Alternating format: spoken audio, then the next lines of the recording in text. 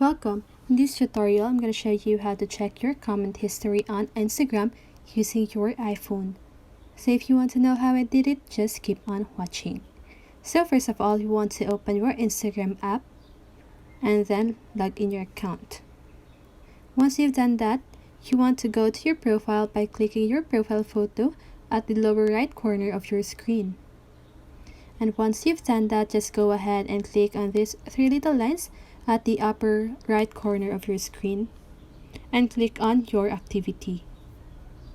And once you've clicked that, you want to click or choose the interactions, and then here you want to click comments, and here you can see all of your history.